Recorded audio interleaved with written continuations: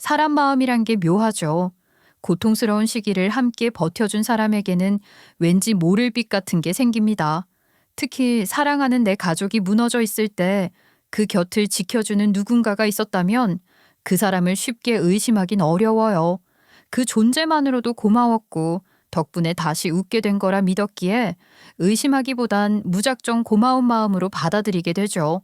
하지만 지금 돌이켜보면 그 모든 것, 곁에 있어준 시간조차도 모두 철저히 계산된 덫이었는지도 모르겠습니다. 가장 나약한 틈을 파고든 다음 믿음을 차곡차곡 쌓아 올린 끝에 상상조차 못한 파국을 안겨준 거죠. 저는 오늘 그 믿음이 어떻게 무너졌고 그 무너진 자리에 어떤 진실이 숨어 있었는지를 이야기해 보려 합니다. 지금부터 시작할게요. 부산에서 나고 자란 저는 어릴 적부터 영화 보는 걸 좋아했어요. 요즘 젊은 친구들한텐 잘 와닿지 않겠지만 저희 때는 대형 멀티플렉스 영화관 같은 건 없었거든요. 대신 시내에 가면 단관극장이 하나씩 있었고 영화 한 편 보려고 긴 줄을 서서 기다리는 게 일상이었죠. 마실 것 하나 사 들고 들어가면 그게 세상에서 제일 큰 호사였고요. 처음 영화라는 매체에 매료된 건 어릴 적 텔레비전에서 해주던 특선 영화였어요. 특히 금요일 밤이나 토요일 밤이면 집안의 조명이 꺼지고 브라운관 앞에 온 식구가 모여 앉았죠. 그 시절에는 한국 영화보다는 외화가 더 인기가 많았어요.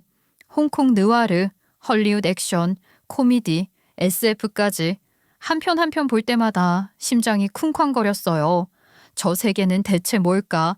그런 설렘과 동경이 영화라는 예술에 꿈을 갖게 한 첫 시작이었던 것 같아요.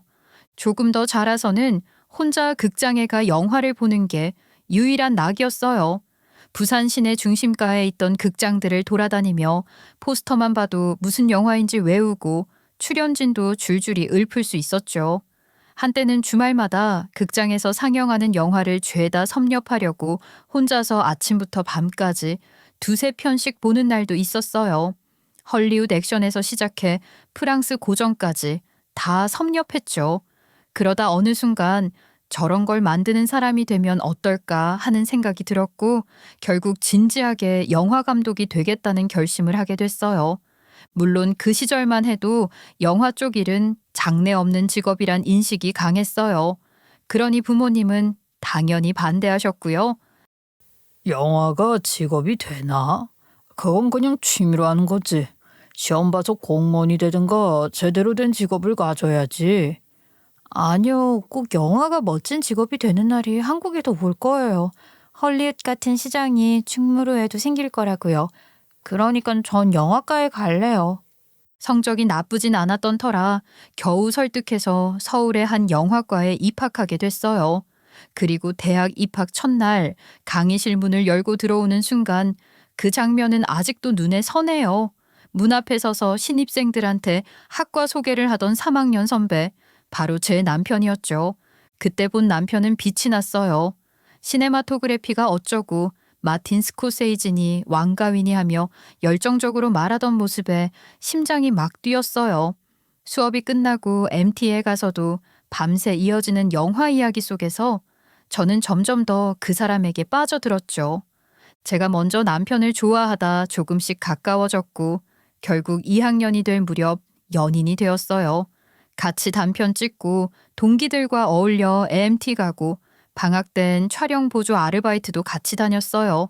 돈이야 몇 푼 안 됐지만 현장에서 땀 흘리며 밤새 컵라면 먹고 한 컷 한 컷 촬영 마칠 때마다 함께인 그 느낌이 좋았어요. 영화가 저희 사이를 단단히 이어주는 끈이었고 그렇게 저희는 결혼까지 하게 되었죠. 결혼식은 지금 돌아봐도 제 인생에서 가장 빛나던 날 중 하나였어요. 저희는 웨딩홀 대신 작은 영화관을 빌려 관객 초대하듯 가족들과 가까운 친구들을 모셨어요. 스크린에는 저희가 같이 만든 짧은 영상이 상영됐고 그 안엔 영화처럼 꾸민 저희의 연애 이야기도 담겨 있었죠. 결혼 후에도 둘 다 영화 일을 계속했어요. 저는 작은 영화 제작사에 들어가 제작 PD로 일하기 시작했고 남편은 연출부에서 차근차근 올라가 조감독까지 되었어요. 딸을 낳고 나서도 일은 멈추지 않았고 우리 딸은 유모차 타고 촬영장 이곳저곳을 다녔어요. 덕분에 저희 딸은 현장에서 도시락 먹는 법, 카메라 뒤에서 조용히 숨죽이는 법을 아기 때부터 몸으로 익혔죠. 그러다 남편이 마침내 첫 연출 기회를 잡은 겁니다. 작은 독립 영화였지만 그 영화는 국내 영화제에 초청도 되었고 평도 제법 괜찮았어요. 요즘 신인 감독들 중엔 보기 드물게 감각이 있네요. 첫 연출치고 구도가 상당히 정교하던데요? 그렇게 남편은 자신감을 얻었고 두 번째 작품은 상업 영화로 들어가게 되었어요. 큰 회사에서 투자를 받아 기대도 컸죠. 하지만 결과는 참담했어요. 흥행은커녕 손익분기점 근처에도 도달하지 못했고 시사회 후 반응도 차가웠어요. 그 영화를 기점으로 제작사 대표와의 관계도 틀어졌죠. 결국 세 번째 영화의 투자도 물거품이 되었고 남편은 더 이상 설 자리를 찾지 못했어요. 그리고 그 시점에서 남편은 동업자 한 명과 함께 독립 제작사를 차리겠다고 했어요. 솔직히 저는 걱정이 컸어요. 여보, 우리 은석이도 아직 어리고 벌이는 어떻게 할 건데? 이번엔 잘 될 거야. 동업자가 자본도 좀 있고 방향도 잘 잡았어. 그게 자본만 있다고 되는 일이야? 영화가 흥행 보장이 어디 있다고. 그래도 내가 이번엔 진짜 잘해볼게. 다시는 당신한테 미안하게 안 살게. 나 좀 더 당당해지고 싶어. 나 믿어줘, 여보. 믿고 싶었고 믿었어요. 그래서 저도 그 제작사에 사무실 보증금 보태고 제작 지원서 쓰는 거 같이 돕고 밤낮으로 같이 뛰었어요. 첫 작품은 영화진흥위원회 지원받아서 겨우 만들었고 반응도 괜찮았어요. 그리고 두 번째 작품은 민간 투자자를 모셔오긴 했는데 아직 돈이 입금되기도 전에 무리해서 세트를 짓고 인건비부터 집행했어요. 한마디로 돈 나갈 구멍은 많은데 들어오는 돈은 없었죠. 결국 투자자 한 명이 소송을 걸었고 빚에 시달리며 제작사는 폐업하게 됐어요. 온 집안에 빨간 딱지가 붙었고 남편은 말없이 짐을 쌌습니다. 당분간 중동에 가야 할 것 같아. 거긴 하루 일당이 3배래. 벌어서 갚고 올게. 당신 정말 괜찮겠어? 한국도 아니고 먼 타지에서 일하다 다치면 어쩌려고. 미안해. 내가 너무 허황된 꿈만 쫓다가 우리 가족 다 끌어들였지. 나라도 책임져야지. 우리 은석이 잘 부탁해. 그렇게 남편은 한국을 떠났고 저는 아이를 데리고 남아서 살아가야 했어요. 저는 계속 제작사에서 일했지만 불규칙한 수입으로는 생활이 어려워서 카페 알바, 행사 도우미, 설거지까지 할 수 있는 건 뭐든 했어요. 매일 아침 6시에 일어나 딸 도시락 싸고 출근하고 저녁엔 다시 야간 근무하러 나가는 날도 많았어요. 몸은 고됐지만 딸만큼은 포기할 수 없었어요. 다행히도 딸은 착하게 자라줬어요. 한 번도 떼쓰지 않았고 늘 엄마 힘들까봐 먼저 눈치 보고 행동하는 속이 깊은 아이였죠. 엄마, 나 피아노 학원 안 가도 돼. 친구들이랑 학교에서 치는 게 더 재밌어. 아유, 왜 안 간다고 그래. 하고 싶은 거 있으면 말해야지. 아이, 엄마 요즘 너무 힘들잖아. 나 때문에 그렇게 고생 안 해도 돼. 그 말을 듣는 순간 눈물이 왈칵 쏟아질 뻔했어요.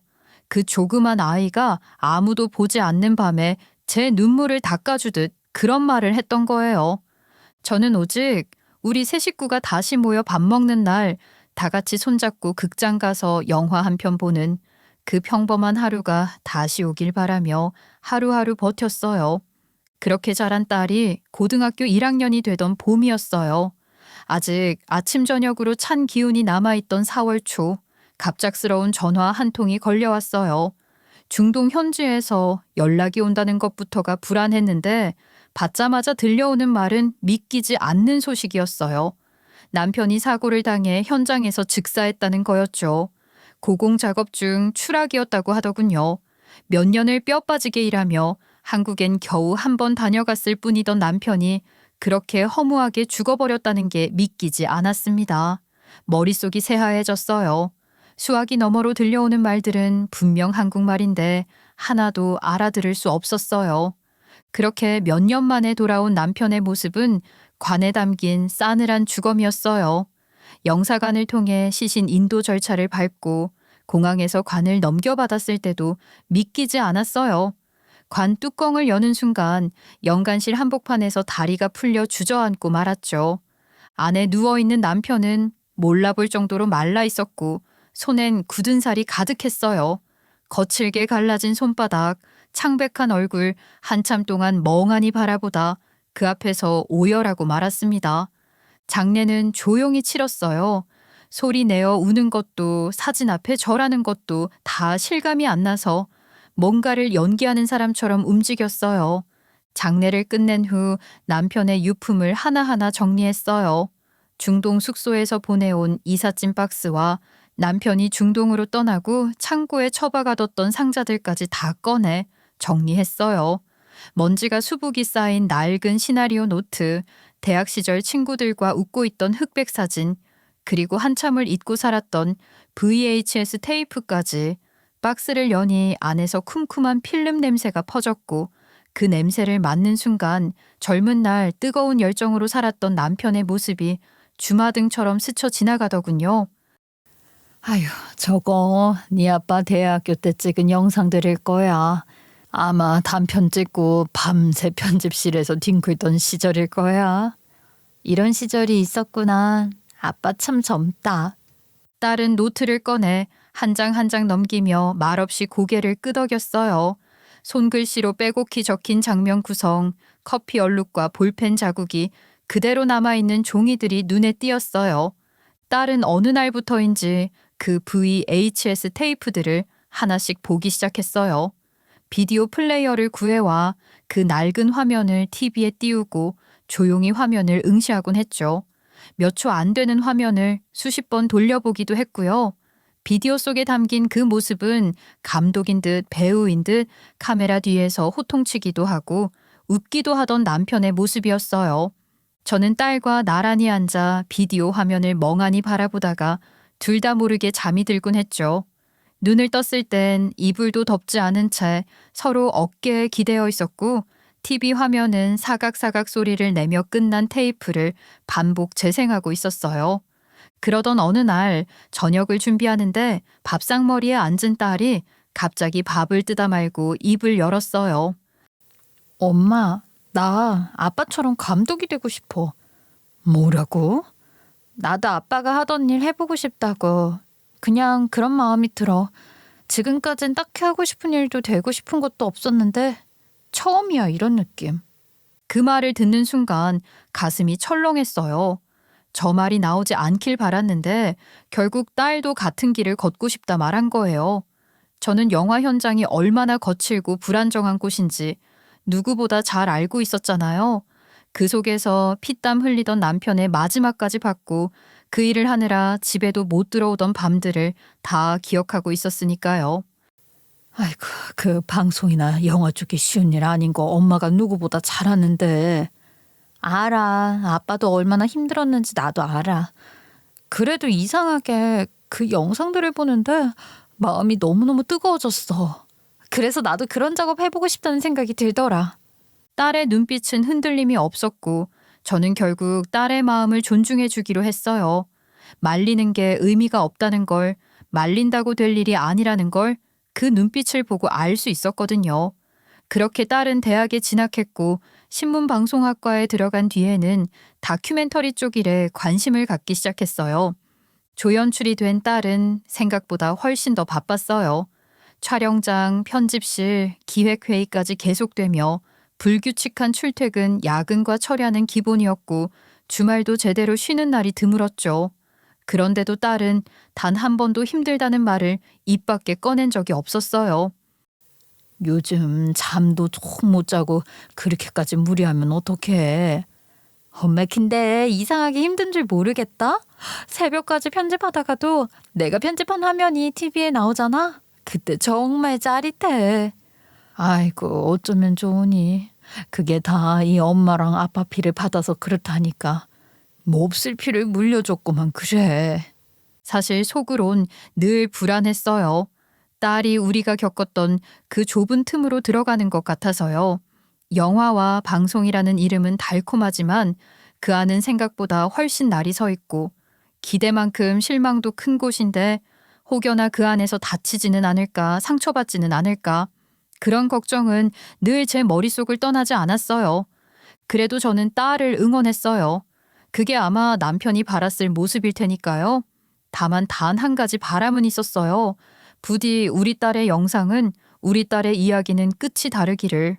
어느 하루 갑자기 멈춰버린 제 아빠와는 달리 끝까지 이어져서 많은 사람에게 닿을 수 있기를. 그 바람 하나만 품고 저는 다시 조용히 딸의 뒷모습을 지켜보기 시작했어요. 그러던 어느 날이었습니다. 딸은 당시 한 종합 편성 채널의 사회고발 다큐멘터리 프로그램에서 조연출로 일하고 있었고, 그 프로그램은 사회적으로 민감한 사안을 다루기 위해 편성을 앞두고 있었어요. 구조적인 불공정, 취약계층 착취 문제, 공익과 사익의 경계처럼 건드리기 조심스러운 주제를 전면에 내세운 기획이었죠. 그만큼 섭외와 취재도 쉽지 않았고 제작진 내부에서조차 이거 괜찮겠냐는 말이 나올 정도로 팽팽한 긴장감이 흐르는 팀이었어요. 딸은 조연출로서 일정 조율, 섭외 시도, 현장 확인, 촬영 지원까지 말 그대로 온몸으로 부딪히며 버텼고요. 매일 밤 12시 넘어서야 들어오는 딸을 보며 저는 속이 타들어갔지만 그 눈빛에 담긴 열정은 차마 꺾을 수 없었어요. 요즘은 너무 과로하는 것 같아. 회의 끝나고 또 자료 정리하고 새벽엔 섭외 전화하고 그러다 너부터 무슨 일 날까 엄마는 겁난다. 근데 엄마, 이거 진짜 중요한 내용이야. 이번 회차만 넘기면 좀 나아질 거야. 정말이야. 너 요즘 얼굴에 핏기도 없어. 밥이라도 제대로 먹어. 엄마가 도시락 싸줄까? 도시락이 웬 도시락이야. 나 고딩 아니네요. 걱정하지 마. 그런데 사건은 뜻밖의 일로 터졌어요. 방송국 윗선에서 돌연 편성 회의가 취소되었고 관련 회차의 파일 제출이 유보됐다는 공지가 떴죠. 그 후로는 연달아 회의가 비공개로 열렸고 딸은 조용히 상황을 지켜보는 수밖에 없었어요. 그러던 어느 날 팀 메신저 채팅방에서 메인 PD가 부재 중인 회의 소식을 전하면서 상황이 터졌어요. 알고 보니 메인 PD가 외부 세력으로부터 로비를 받고 방송을 의도적으로 조작하려 했다는 내부 고발이 접수된 거였어요.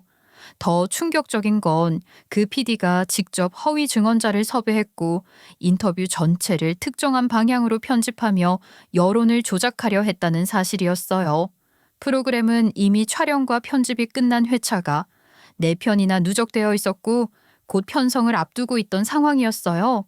그런데 그 시점에서 내부 윤리위원회까지 움직이게 된 거예요. 문제는 그 다음부터였어요. 윗선에서 조사를 시작하자 메인 PD는 자기가 혼자 결정한 게 아니라며 저희 딸까지 함께 물고 들어간 거예요. 섭외부터 촬영, 사전 인터뷰까지 조연출과 상의해서 진행했습니다. 일정 조율도 자료 검토도 함께 했습니다. 저는 혼자 결정한 게 아닙니다. 그 말 한마디로 딸은 하루아침에 공범 취급을 받게 되었어요. 사실 딸은 로비를 받은 사실도 몰랐고 증언자가 조작된 인물이라는 것도 전혀 알지 못했어요. 현장에서 촬영을 도왔던 건 맞지만 누가 어떻게 데려왔는지까지는 전혀 접근할 수 없는 위치였던 거죠. 하지만 문제는 몰랐다는 증거가 없다는 거였어요. 회의록도 없고 녹취도 없고 메신저 캡처조차 없는 상황에서 딸은 그저 조용히 고개 숙이고 몰랐다고 말할 수밖에 없었어요. 윤리위원회는 결국 메인 PD에게 중징계를 내리고 딸에게도 정직 3개월과 타부서 전환 조치를 내렸어요. 그날 이후 딸의 사무실 책상은 거의 무인도처럼 변하고 말았죠. 사내단체 채팅방에서도 아무도 말을 걸지 않았고 업무적인 메모를 보내도 대답은 없었어요. 출근 후 인사해도 돌아오는 눈빛은 냉랭했고 사무실 복도에서 마주쳐도 모른 척 지나치는 게 예사였어요. 그보다 더 끔찍했던 건 인트라넷 익명 게시판이었어요. 거기엔 현장 다녔으면서 몰랐다는 게 말이 되냐, 다 짜고 친 거다, 공범일 가능성이 높다는 글들이 올라오기 시작했어요. 딸의 실명을 거론한 글도 있었고 그 조연출은 알고도 방관했다는 식의 자극적인 글이 추천을 받으며 상단에 고정되기도 했어요. 그날 밤 딸은 휴대폰을 베개 밑에 숨기고 그대로 밤새 울었습니다. 점차 딸은 방 안에서 나오질 않았어요. 불도 켜지 않고 커튼도 걷지 않았고 밥은 거의 입에 대지 않았어요. 말도 하지 않았어요. 마치 전원이 꺼진 기계처럼 침대 한가운데에 누워 하루를 통째로 날려버리는 모습이었어요. 저조차도 차마 어떻게 말을 꺼내야 할지 몰라서 그냥 문 앞에 국을 놓고 조용히 돌아서기만 했어요. 마음이 찢어질 듯 아팠지만 제가 할 수 있는 일이 없었어요.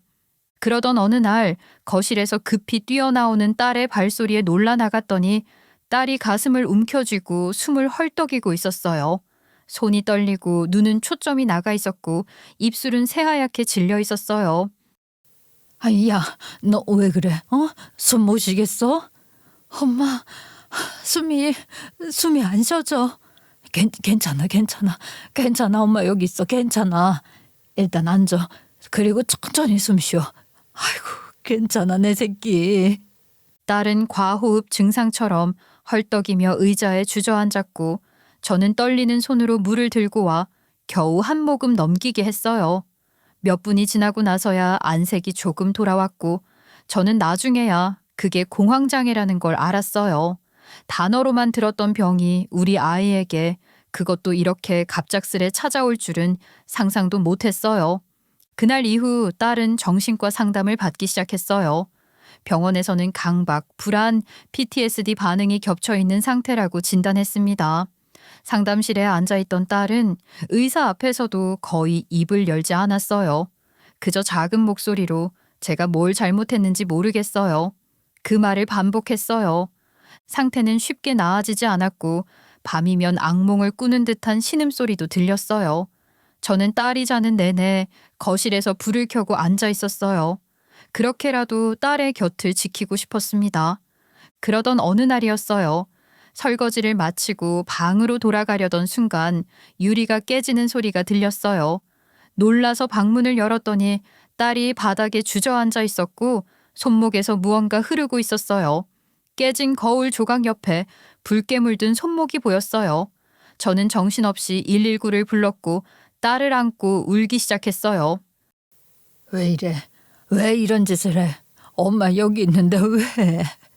은서가 정신 차려. 안 돼. 제발 안 돼. 다행히 생명에는 지장이 없었어요. 의사는 충동조절장애 반응도 함께 오고 있는 상태라며 다시는 이런 일이 반복되지 않게 옆에서 지켜봐야 한다고 하더군요. 그때부터 저는 딸 옆에 붙어 있었어요. 화장실을 갈 때도 밥을 먹을 때도 잠을 잘 때도 옆에 있었어요. 남편을 그렇게 보내고 딸까지 잃을까봐 무서워서 너무 무서워서 저는 숨도 조심히 쉬며 딸 옆을 지켰습니다. 몇 달을 그렇게 딸 옆에서 버티고 또 버티는 사이 다행히 딸도 서서히 안정을 되찾아갔어요. 처음엔 여전히 불면에 시달리고 악몽에서 깨어나 헐떡거리기도 했지만 정신과 상담을 규칙적으로 받으며 약물 치료와 병행하고 제가 한시도 떨어지지 않고 곁을 지켜준 덕분인지 딸은 아주 조금씩 제자리로 돌아오기 시작했어요. 처음엔 거실로 나오는 것도 버거워하던 딸이 어느 날은 스스로 밥을 차리더니 저를 부르더라고요. 엄마, 계란찜 했는데 맛 좀 봐봐. 아이고, 네가 직접 했어? 그냥 레시피 찾아보고 했어. 심심해서. 딸 손에 든 국그릇을 보는데 눈물이 왈칵 날 뻔했어요. 몇 달 전까지만 해도 제 손목을 붙들던 아이가 이제는 제 밥상을 차리겠다고 서 있는 모습을 보니 그 조그만 회복조차도 가슴 벅찬 희망으로 느껴졌어요. 1년 가까운 시간 동안 그렇게 조금씩 일상을 되찾아가던 중 딸은 방송국 근무 시절 몇 번 작업한 적 있었던 외주 제작사에서 스카우트 제안을 받게 됐어요.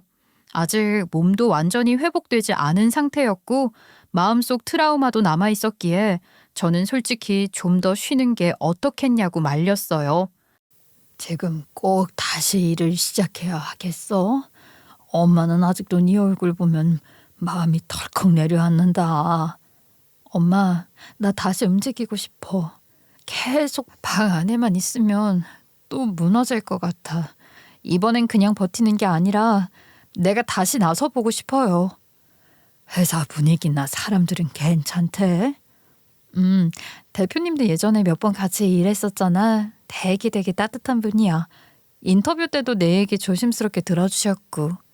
딸은 오랜만에 생긴 기회를 놓치지 않으려 했고 저는 결국 말없이 고개를 끄덕였습니다. 그 외주 제작사는 규모가 크진 않았지만 분위기가 꽤 가족적이고 무엇보다도 대표가 딸을 배려해주며 천천히 업무에 적응할 수 있게 도와줬어요. 처음 몇 주는 반쯤 출근하는 형태로 집에서 기획 회의만 참여하고 자료 리서치만 맡겼고 점차 촬영 현장에도 딸을 동행하게 하며 리듬을 조율했어요. 엄마, 나 오늘 야외 인터뷰 갔는데 진짜 좋았어. 바람도 시원하고 카메라 잡으면서 괜히 예전 생각나고. 그래, 너 얼굴이 또 많이 좋아졌어. 사람이 다시 살아나는 것 같네. 고마워, 엄마.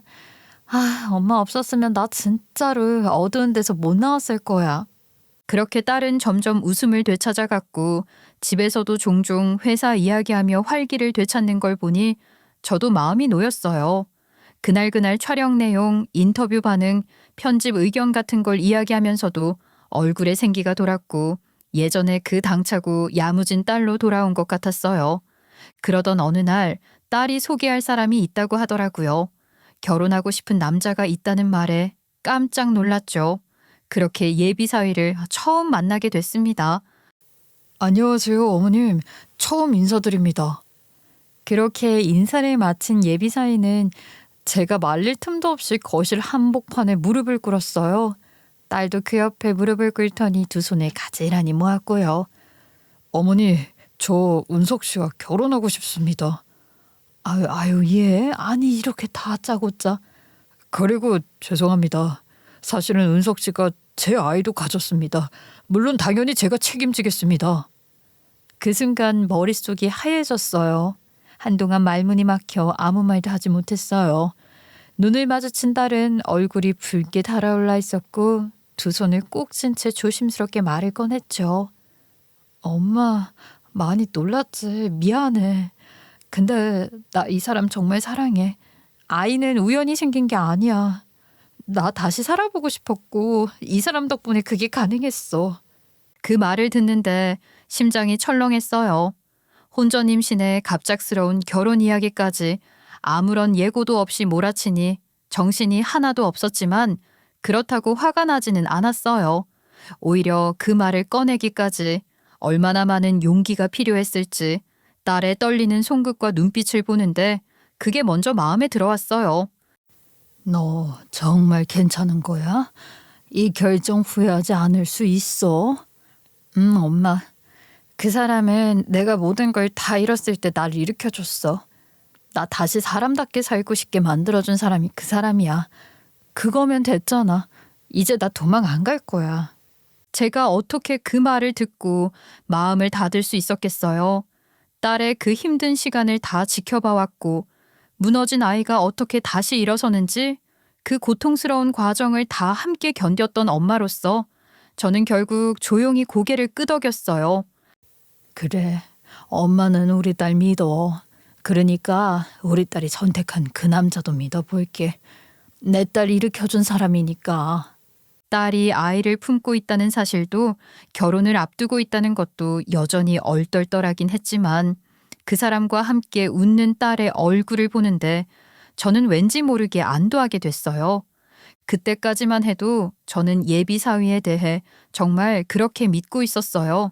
제 딸을 지켜줄 수 있을 거라고, 제 딸에게 더 이상 상처 주지 않을 사람일 거라고 진심으로 그렇게 생각했죠. 결혼 준비는 정말 말 그대로 눈코 뜰 새 없이 진행됐어요. 아직 배가 그리 드러나진 않았지만 시일이 더 지나면 어쩔 수 없이 배가 나온 게 보일 테고 괜한 말들이 돌기 전에 조용히 치르는 게 낫겠다 싶었죠. 딸과 예비 사위는 양가 인사 후 일사천리로 날짜를 잡았고 저도 어떻게든 밀어붙이듯 따라가며 예식장을 가장 빠른 날짜로 예약했어요. 예복이며 청첩장, 꽃장식, 식순까지도 틈날 때마다 둘이 같이 움직였고 저는 그저 뒷정리를 따라가는 입장이었죠. 그래도 다행이라고 생각했어요. 딸이 그렇게 무너졌다가도 다시 회복해서 제 앞에 이렇게 서 있다는 것만으로도 저는 감사했으니까요. 혼전 임신이야 세상의 비밀도 아니고 그런 일이 처음도 아닌데 뭐가 그리 대수냐 싶기도 했고요. 그리고 마침내 결혼식 당일이 됐죠.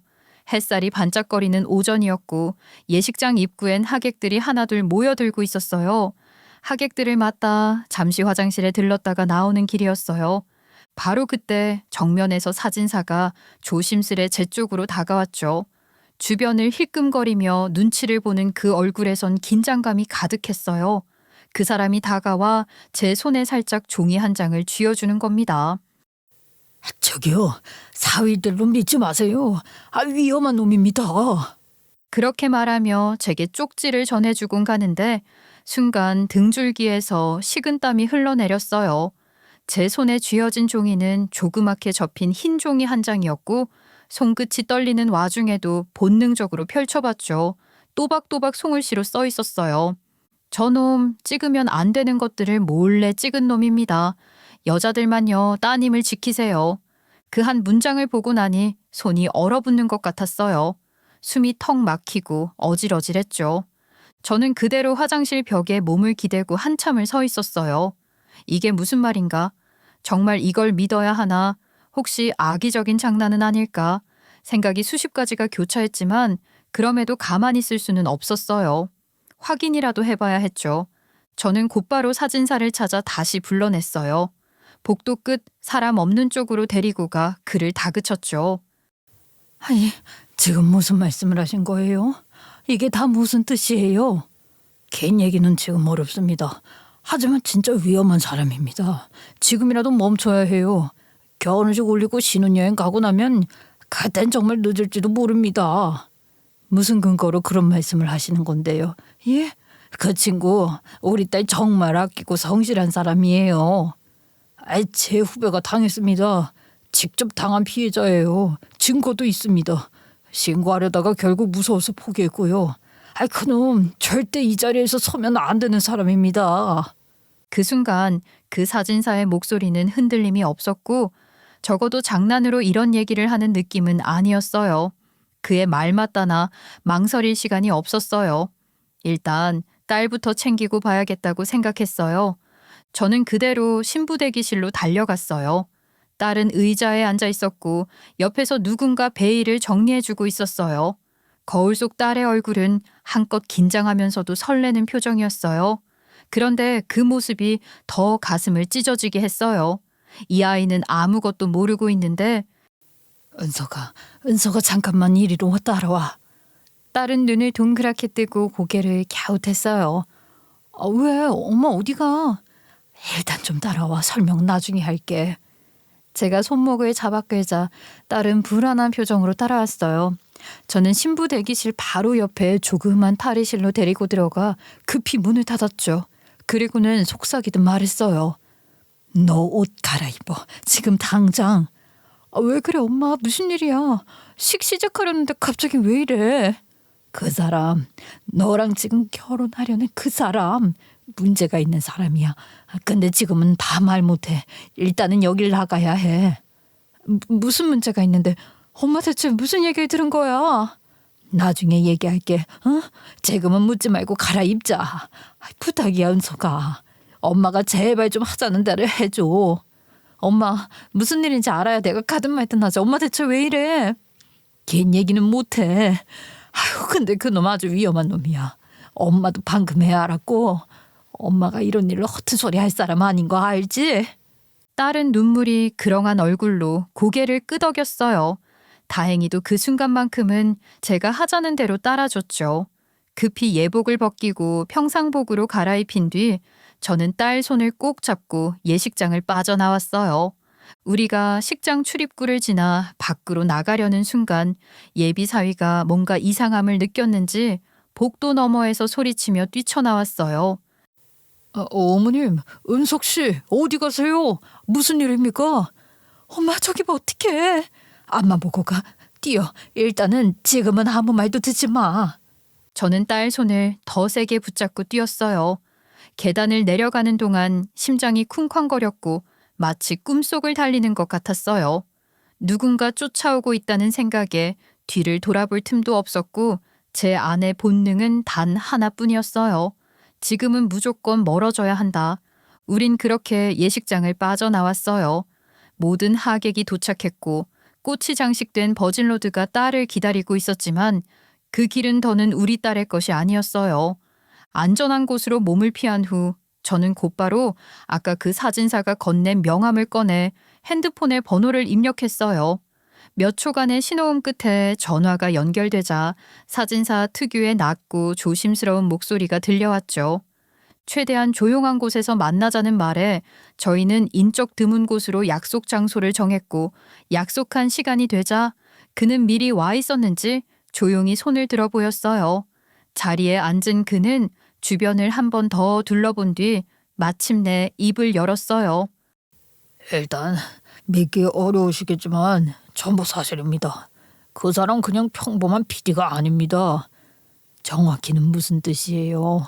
그냥 예비사위 헐뜯는 걸로 들리기도 하는데 그럴 이유가 있으신 건가요? 아닙니다. 저도 이런 일에 끼어들고 싶지 않았어요. 하지만 제 후배가 그 남자한테 직접 당했거든요. 사진사의 말에 따르면 그 남자 이제는 사위니 뭐니 부르기도 싫은 그놈은 영상 제작을 빙자해 사회적 약자를 상대로 접근해온 사람이었어요. 고통을 예술로 승화시키자는 식의 말을 앞세우며 가정폭력 생존자, 성범죄 피해자, 왕따나 정신적 외상을 겪은 여성들에게 접근해 인터뷰를 요청했다고 해요. 그것도 아주 공들여서 처음엔 절대적인 익명 보장과 정중한 태도로 당신의 이야기가 누군가에게 위로가 될 수 있다며 설득했다고 했죠. 제 후배도 처음엔 진심인 줄 알았답니다. 본인 이야기가 누군가에게 힘이 될 수 있다니 그 말에 감동도 했다고 하더군요. 그렇게 시작된 거군요. 설마 그 이후에도 계속 그 짓을? 네, 그리고 그게 문제였습니다. 일단 촬영이 시작되면 점점 더 민감한 질문을 했어요. 카메라 앞에서 울게 만들고 고통스러운 장면을 자꾸 반복하게 하고 심지어 이 인터뷰가 끝난 뒤에도 무방비 상태의 모습을 몰래 촬영했더라고요. 무슨 말인지 설명 안 해도 아시겠죠? 이쯤 되자 제 옆에 앉은 딸은 입술을 꾹 깨물며 손에 쥔 종이컵을 덜덜 떨고 있었어요.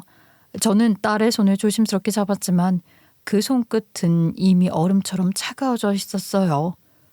더 심각한 건 일부 유포된 정황도 있다는 겁니다. 네? 지금 뭐라고 하셨어요? 그게 유포됐다고요? 네, 제 후배가 본 적이 있다고 했습니다. 그 이후로는 무서워서 확인도 못했다고. 어떻게 그런 짓을... 본인 말로는 그저 예술의 영역이래요. 피해자들이 제대로 의식하고 거절하지 않는 이상 본인은 잘못한 게 없다는 논리죠. 그 순간 저는 구역질이 나올 것 같았어요. 그 더러운 논리를 입에 올릴 자격조차 없는 인간이 저희 가족을, 저희 딸을 무너뜨릴 뻔했다는 사실이 도무지 믿기지 않았어요. 사진사는 자신의 후배가 이 일로 얼마나 무너졌는지도 말하기 시작했습니다. 감정적으로 취약했던 시기 겨우겨우 꺼낸 이야기들을 예술이라는 이름으로 짓밟히고 이용당했다는 걸 알고는 후배가 한동안 사람을 못 만났다고 해요. 병원 치료까지 받았고 일도 그만뒀다고요.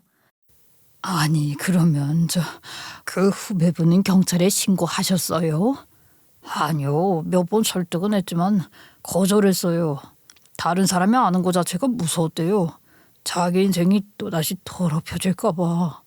아직도 자기가 피해자라는 걸 모르는 사람도 있다고 하셨죠? 맞습니다. 어떤 분은 아예 모르는 경우도 있다고 했습니다. 그 이야기를 들으며 제 속은 천 갈래 만 갈래로 찢어지는 것 같았어요. 딸은 휴대폰을 열어 몇 번을 확인하다가 결국 꺼버렸어요. 그놈에게서 걸려온 수십 통의 부재중 전화, 수십 개의 메시지가 화면에 쏟아져 있었거든요. 어디야, 걱정돼. 무슨 일 있는 거야. 이렇게 갑자기 사라지면 어떡해 같은 말들이요. 그 순간에도 그놈은 걱정하는 척, 애타는 척 메시지를 보내고 있었어요. 정말 끔찍할 정도로 이중적인 얼굴이었죠. 사진사의 설명이 끝나고도 한동안 말이 없었어요. 저도 딸도 머릿속이 새하얘졌어요. 저는 이제 무엇을 해야 하는지, 누구에게 도움을 청해야 하는지조차 막막했어요. 딸은 그저 고개를 푹 숙인 채 조용히 속으로 울고 있었고요. 일단 우리는 놈이 행여라도 눈치채기 전 그 사진사 후배라는 피해자를 직접 만나보기로 했어요. 연락처는 어렵지 않게 구할 수 있었지만 처음 전화를 걸었을 땐 단칼에 거절했어요. 죄송하지만 그런 일 다시는 떠올리고 싶지 않아요. 그쪽 사정도 알겠지만 전 정말 힘들어요. 저희가 어떤 말을 드려야 용기를 내실 수 있을까요? 저희 딸도 그쪽과 비슷한 상황이었어요. 또 다른 피해자가 나올지 몰라요. 정말 간곡하게 부탁드릴게요. 겨우 약속을 잡고 조용한 카페에서 마주 앉은 피해자는 떨리는 손으로 종이컵을 쥐고 있었어요. 처음엔 시선을 마주치지도 못했고 말끝마다 숨을 삼켰어요. 조심스럽게 그날의 정황을 묻자 그는 끝내 참지 못하고 눈물을 흘리며 말했어요. 피해자는 처음엔 선배니까 믿었대요. 같이 일하던 오빠고 인맥도 넓고, 그런데 어느 날부터인가 이상했다더군요. 그 후로는 인터넷 민원 넣고 커뮤니티마다 신고하고, 근데 다 안 없어졌대요. 이젠 그냥 다 잊고 살아가고 싶다고요. 신고니 고소니 그런 거 본인은 못한다며 그냥 지워지고 싶다더라고요. 피해자의 마음은 10분 이해됐지만 저는 물러서지 않았어요. 그게 당신 잘못이 아니잖아요. 왜 당신이 숨어야 해요? 그 사람은 지금도 멀쩡히 살고 있어요. 우리 딸도 당할 뻔했고 어쩌면 이미 이대로 두면요. 또 누군가 똑같은 피해를 입을 거예요. 우리가 같이 나서지 않으면 그 사람은 멈추지 않아요. 제3의 제4의 피해자가 생길 거라고요. 우리가 같이 막아봐요. 네? 긴 설득 끝에 피해자는 울먹이며 고개를 끄덕였어요. 손이 바들바들 떨렸지만 함께하겠다는 확답을 받아냈죠. 그렇게 우리는 함께 경찰서를 찾았고 정식으로 고소장을 접수했어요. 담당 수사관은 사건 개요를 듣는 순간부터 얼굴이 굳었고 자세한 설명이 끝나기도 전에 이미 서랍을 열고 메모장을 꺼냈어요. 피해자가 제공한 메신저 대화, 원본 파일 일부, 그리고 장소의 공통점들 덕분에 경찰은 빠르게 압수수색 영장을 받아냈고 제작사 사무실, 놈의 자택, 그리고 별도로 임대한 개인 창고까지 동시다발적으로 수색이 들어갔어요. 수사 결과는 충격 그 자체였어요. 증거들이 수두룩하게 나왔죠. 이쯤 되자 그놈도 결국 모든 걸 자백하지 않을 수 없었습니다. 하지만 거기서 끝이 아니었어요. 추가 조사 과정에서 과거 제작사 직원이던 여성 스태프 몇몇이 대표에게 이상한 제안을 받은 적 있다며 진술했고, 심지어 몇몇 방송국 외주 계약 자료에서도 놈이 조연출들에게 부적절한 메시지를 보냈던 정황까지 나왔어요. 그리고 마침내 2명의 피해자가 더 고소를 결심해줬죠. 놈은 결국 구속 기소됐고 모든 혐의가 병합되어 징역 9년형을 선고받았어요. 항소는 기각됐고 대법원에서도 원심이 그대로 확정됐죠. 놈이 운영하던 제작사는 물론 폐업 처분을 받았고 민사소송에서도 배상 판결이 내려졌어요. 피해자들은 각자 위자료를 지급받기로 했어요. 물론 돈으로 보상할 수 없는 상처겠지만 그나마도 법적으로 처벌받았다는 사실이 모두에게 작게나마 숨을 쉴 여지를 준 셈이었어요. 그 뒤로 피해자는 저를 따로 찾아와 이렇게 말했어요. 저 그날 만약 그냥 도망쳤으면 평생 후회했을 거예요. 저 같은 사람이 또 안 생기길 바라면서 한 일인데 그 덕분에 조금은 제 삶이 다시 돌아온 것 같아요. 정말 잘하셨어요. 그쪽 덕분에 우리 딸도 누군가의 딸도 지킬 수 있었습니다. 감사합니다. 아니요, 제가 오히려 감사해요. 저한테 손 내밀어 주셔서. 그 친구는 조심스럽게 고개를 숙였고 딸 같은 그 친구의 손을 저도 꼭 잡았어요. 말은 하지 않았지만 그날 그 손의 온기는 오래도록 제 마음에 남았죠. 하지만 저희 딸은 그 사건 이후 깊은 절망 속으로 다시 추락하고 말았습니다. 가뜩이나 한번 배신의 따돌림까지 당해 마음이 약해질 대로 약해진 아이였잖아요. 그런데 또 한 번 이런 일이 생기니 다시 무너진 거죠. 이번엔 특히나 단순히 배신을 당했다는 차원을 넘어서 그런 놈에게 마음을 줬고 심지어 그런 놈의 아이까지 가졌다는 사실이 딸을 더욱 무너지게 만든 듯했죠. 저 역시 충격이었지만 딸의 혼란은 말로 다 할 수 없었어요. 딸은 스스로를 부정하듯 자책하며 며칠을 울기만 했어요. 내가 어떻게 그 사람을 믿었을까? 어떻게 그런 놈의 아이를 가졌을까? 엄마 나 정말 미쳤나 봐. 내가 그런 쓰레기의 아이를 가졌다는 게 믿기지가 않아. 나 진짜 어쩌면 좋아? 그 말을 들은 순간 가슴이 무너져 내렸어요. 며칠 밤을 꼬박 뜬 눈으로 지새운 딸은 밥도 제대로 먹지 않았고 입술은 말라붙고 눈 밑은 푸석해졌어요. 속이 문드러지는 건 저도 마찬가지였지만 그건 비교도 안 될 정도로 딸은 스스로를 혐오하고 있었어요. 엄마 나 정말 내가 너무 싫어. 너무 바보 같아. 그거는 네 잘못이 아니야. 누가 그 상황에서 그런 의도를 알아차릴 수 있었겠니? 넌 피해자야. 자책해서는 안 돼. 응? 은서가 네 잘못이 절대로 아니야. 그 말을 아무리 되뇌어도 딸의 마음은 쉽게 회복되지 않았어요. 어느 날 새벽 딸이 갑자기 복통을 호소했고 이불에는 선혈이 묻어나 있었어요. 급히 119를 불러 응급실로 실려갔고 수술실 앞에서 저는 그저 손만 모은 채 기도할 수밖에 없었죠.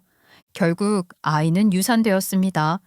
의사는 아이 상태가 애초에 좋지 않았다고 했고 병실에 누운 딸은 멍하니 천장만 바라보고 있었어요.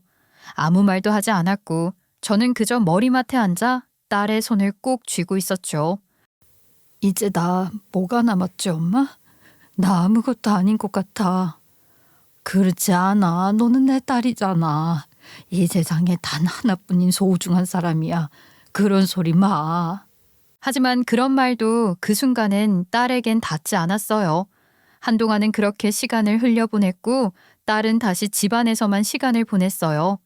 그리고 시간이 조금 흐른 어느 날 결심 끝에 저는 조용히 남편의 유품이었던 캠코더를 꺼내 들었어요.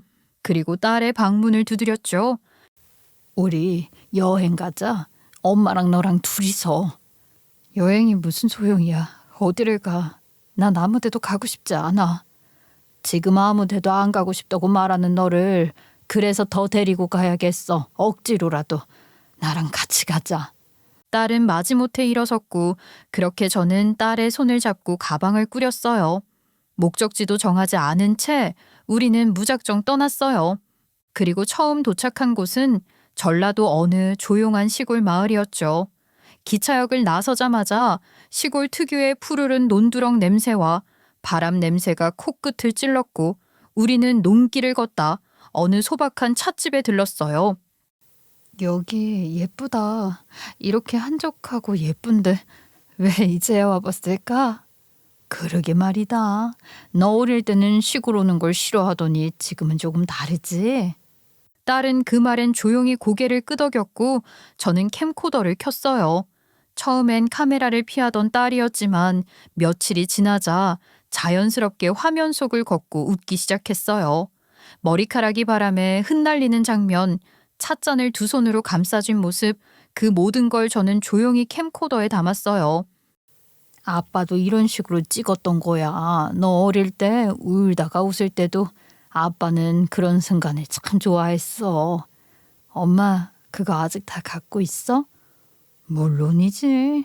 너 돌잔치 때 영상도 유치원 발표회도 그때나 지금이나 넌 똑같아.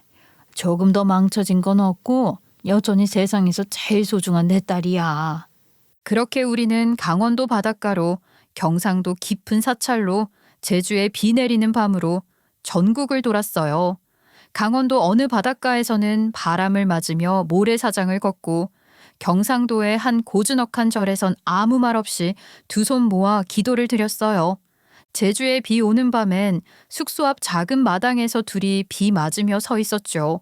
비가 몸을 타고 내려갈 때 딸은 조용히 울기 시작했어요. 엄마 미안해. 왜 미안해? 미안해야 할 사람은 네가 아니야. 근데 내가 너무 많이 울고 많이 약해진 것 같아서 내가 엄마까지 속상하게 했잖아. 엄마는 네가 웃을 때도 울 때도 다 사랑해. 네가 약해졌다고 해서 사랑이 줄진 않아. 그 말을 들은 딸은 조용히 고개를 끄덕였고 이내 저를 껴안았어요. 그 밤 그렇게 빗속에서 안겨 울던 딸은 다음 날부터 스스로 아침을 챙기기 시작했어요.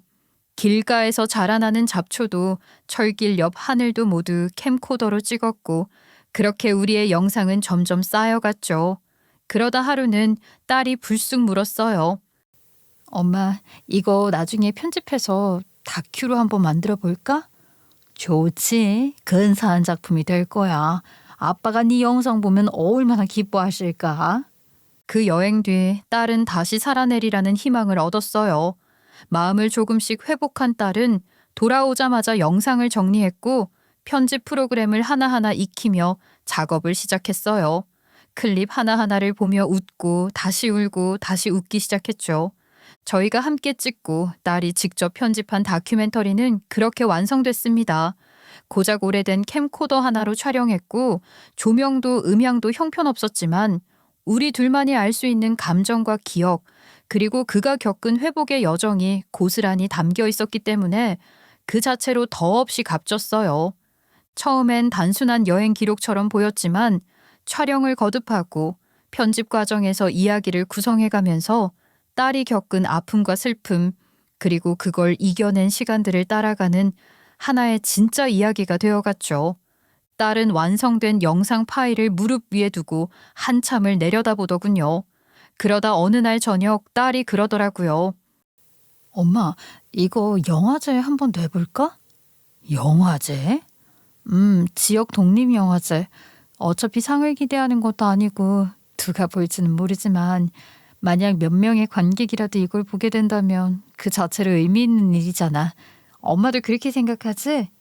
딸은 용기를 냈고 지역 영화제 홈페이지에 접속해 출품서를 작성했습니다. 업로드 버튼을 누른 뒤 숨을 길게 들이마셨던 그 표정을 저는 잊을 수가 없어요. 아직 상영 확정은 아니었지만 단지 제출했다는 그 사실 하나만으로도 딸은 달라지기 시작했습니다. 아침마다 햇빛이 들어오는 방에서 커튼을 걷고 음악을 틀었고 점심에는 함께 나가 걷고 저녁이면 편집 툴을 다시 켜 다른 작업도 조금씩 하기 시작했죠. 엄마, 나 요즘 사람 목소리 듣는 게 참 좋아. 음악 말고 사람 목소리. 그거 참 신기하지? 그러게. 전에는 음악으로도 귀를 막고 싶어 했잖아. 지금은 누가 옆에서 웃기만 해도 좀 괜찮아지는 것 같아. 엄마, 나 다시 살아보고 싶어. 이젠 자책하고 숨는 거 그만할래. 저는 대답 대신 딸을 꼭 안아줬습니다. 조금씩 스스로를 되찾아간 딸은 프리랜서로 컨텐츠 편집 일을 다시 시작했어요. 처음엔 아는 사람의 부탁으로 단순 편집을 맡았고 이후 포트폴리오가 쌓이자 여기저기서 의뢰가 들어오기 시작했죠. 그렇게 외주로 일하며 감각을 되살리다 뜻밖에도 다큐멘터리 제작 관련 수업에 강사로 초청되기도 했고요. 한편 그놈은 여전히 감옥에 있어요. 징역 9년 중 아직 3분의 1도 지나지 않았고 항소는 모두 기각되어 풀려날 가능성도 없고요. 수감 생활 중 어떤 태도로 지내고 있는지는 모르겠지만 분명한 건 놈이 지은 죄에서 놈은 평생 한 발짝도 벗어날 수는 없다는 사실입니다. 다시 웃고 활발한 모습도 보여주는 딸을 보며 이제 저는 확신합니다. 물론 모든 상처가 씻긴 건 아니겠죠. 문득 그 날들을 떠올리면 여전히 심장이 조여오고 밤중에 불 꺼진 거실을 바라보며 멍하니 앉을 때도 있어요. 하지만 그는 그 모든 상처를 안고서도 앞으로 걸어갈 준비가 되어 있는 것만은 분명하죠. 딸의 인생은 이제 막 싹을 틔운 겁니다. 그 작은 싹이 어디로 자라날진 저도 알 수 없지만 어떤 방향이든 저는 그 옆에서 햇빛처럼 바람처럼 늘 함께할 거예요. 범죄자는 감옥에 갇혔고 저희는 삶을 되찾았습니다. 그보다 더 분명한 결말이 있을까요? 딸은 다시 일을 시작했고 누군가의 이야기를 존중하고 다뤄주는 일을 이어가고 있어요.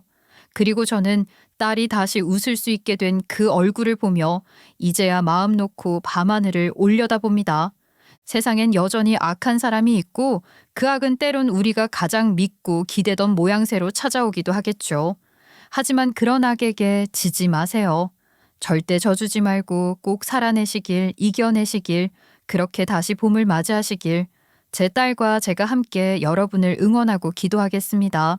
그럼 제 이야기를 끝까지 함께 해주셔서 고맙습니다.